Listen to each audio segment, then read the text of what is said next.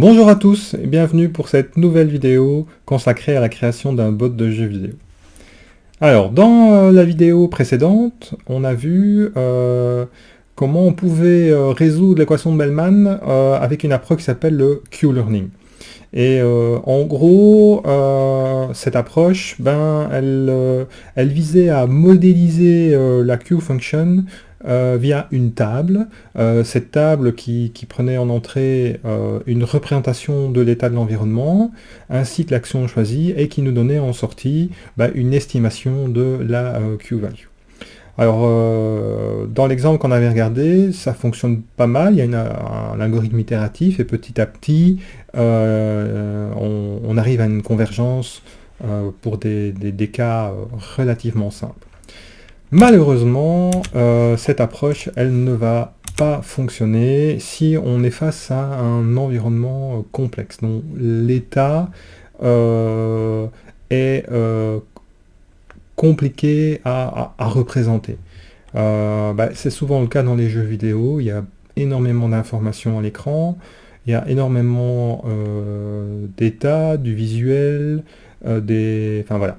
Et donc, pour le projet qui nous occupe, ne l'oublions pas, donc réaliser un bot pour jouer à Wonder Boy, une approche uniquement basée sur le Q-learning, elle ne sera pas aisée, ou en tout, elle serait possible, peut-être, à condition de faire un pré-processing de l'environnement, donc de l'état de l'environnement à chaque étape, d'arriver à simplifier ça. Mais ce pré-processing, il serait probablement fortement lié au jeu.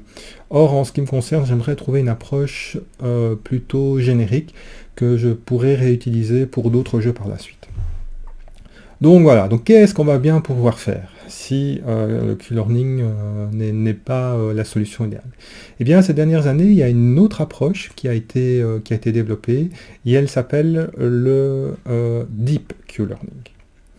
Donc, en opposition au Q-learning, qui modélise la Q-function via une table, eh bien, le Deep Q-learning, il va utiliser un réseau à neurones pour modéliser une fonction qui prend en entrée l'état de l'environnement et en sortie va nous donner les différentes Q-values pour les différentes actions. Donc on peut voir ici que le réseau à neurones il est utilisé comme un estimateur de fonctions. Alors, loin de moi l'idée de vous donner un cours de Deep Learning, mais juste un petit mot. Donc, un réseau à neurones, c'est une structure mathématique qui est inspirée du cerveau humain, donc avec des neurones, pardon, qui reçoivent des signaux en entrée. Ces signaux sont propagés via des connexions de neurones en neurones. Chaque connexion a un poids, donc le signal est multiplié par ce poids. Donc, à l'entrée d'un réseau à neurones, tous ces signaux sont sommés, ils sont passés à une fonction d'activation qui, en fonction de ce qu'elle a reçu en entrée, va ou pas émettre un signal en sortie, etc. etc. Et il existe des approches qui permettent de donner un entraînement, de réaliser un entraînement supervisé. C'est-à-dire que on va entraîner le réseau à neurones avec un dataset pour lequel on a l'entrée et la sortie, et le réseau à neurones va adapter ses poids pour minimiser l'erreur en sortie. Donc l'erreur entre le résultat attendu et le résultat qu'il est capable de fournir à ce moment-là. Donc ça, c'est l'idée. Ce qu'il faut retenir, c'est que voilà, il y a différentes structures de réseau à neurones qui existent, et dans ce projet, on va, si on fait du Deep Q-learning, on va utiliser un réseau à neurones comme estimateur de fonction, de la fonction Q. Alors, comment est-ce qu'on va s'y prendre? Comment allons-nous entraîner ce réseau à neurones pour obtenir le résultat attendu? Et bien pour ça, on va construire un replay memory. C'est-à-dire, replay memory, ce sera une queue, et à chaque étape, on va le remplir avec une expérience. Donc une expérience, ce sera toute l'information qui dit, voilà, l'agent, face à un environnement qui se trouvait dans un état S à un moment t, l'agent a pris une action A, et il a récupéré un reward au temps t plus 1, et au temps t plus 1, eh bien l'environnement se trouvait dans un nouvel état. Voilà. Donc ça c'est une expérience. Alors, bien sûr, il peut y avoir d'autres informations. L'état, ça peut être beaucoup de choses. Donc, c'est pas juste une valeur. Mais sur le principe, c'est ça une expérience. C'est l'état initial et l'état d'arrivée et le reward en plus. Et donc, on va stocker toutes ces expériences dans cette queue qui est un first in, first out. Ensuite, on va prendre un échantillon régulièrement, donc un échantillon aléatoire parmi le contenu du replay memory. Et on va utiliser cet échantillon pour entraîner le réseau à neurones. Et pour ça, eh oui, on va utiliser la Bellman équation qui va nous permettre de construire le dataset avec les données en entrée et en sortie afin de réaliser un entraînement supervisé de ce réseau.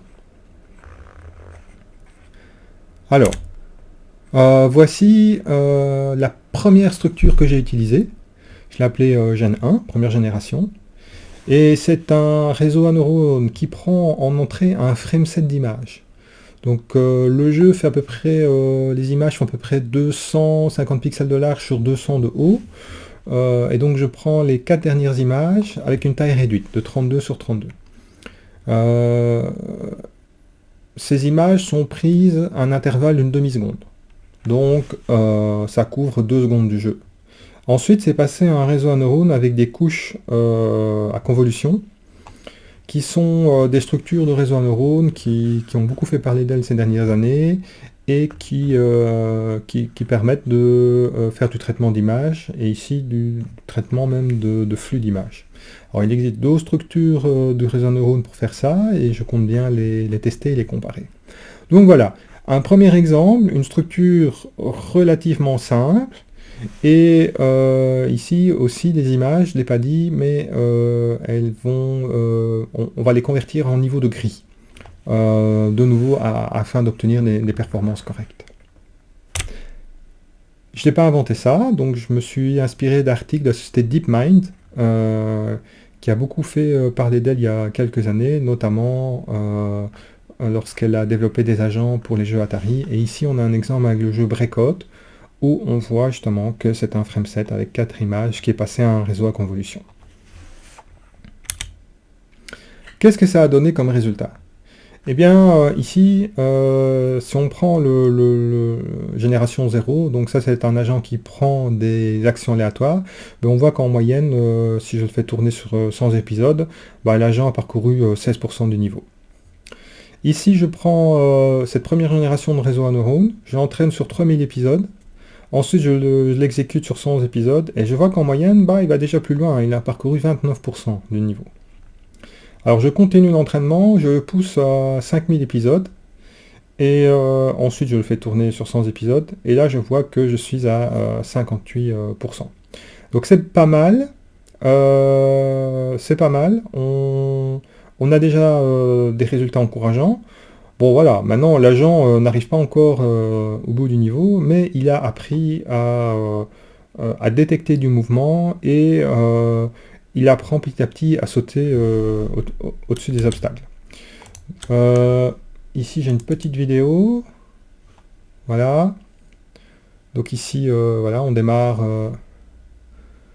Voilà, donc ça c'est le comportement de l'agent. Bon, bien sûr le jeu est en accéléré, avec un réseau neurone de première génération.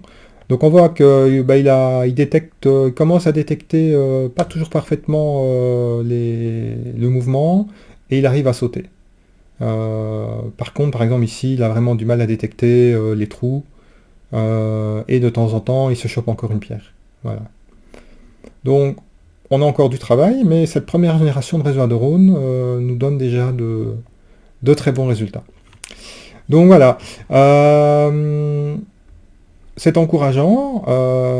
Depuis peu, bien sûr, j'ai obtenu bien meilleurs résultats, et je vous expliquerai bien entendu comment dans les prochaines vidéos. Voilà, je vous dis à tout bientôt. Ciao, ciao.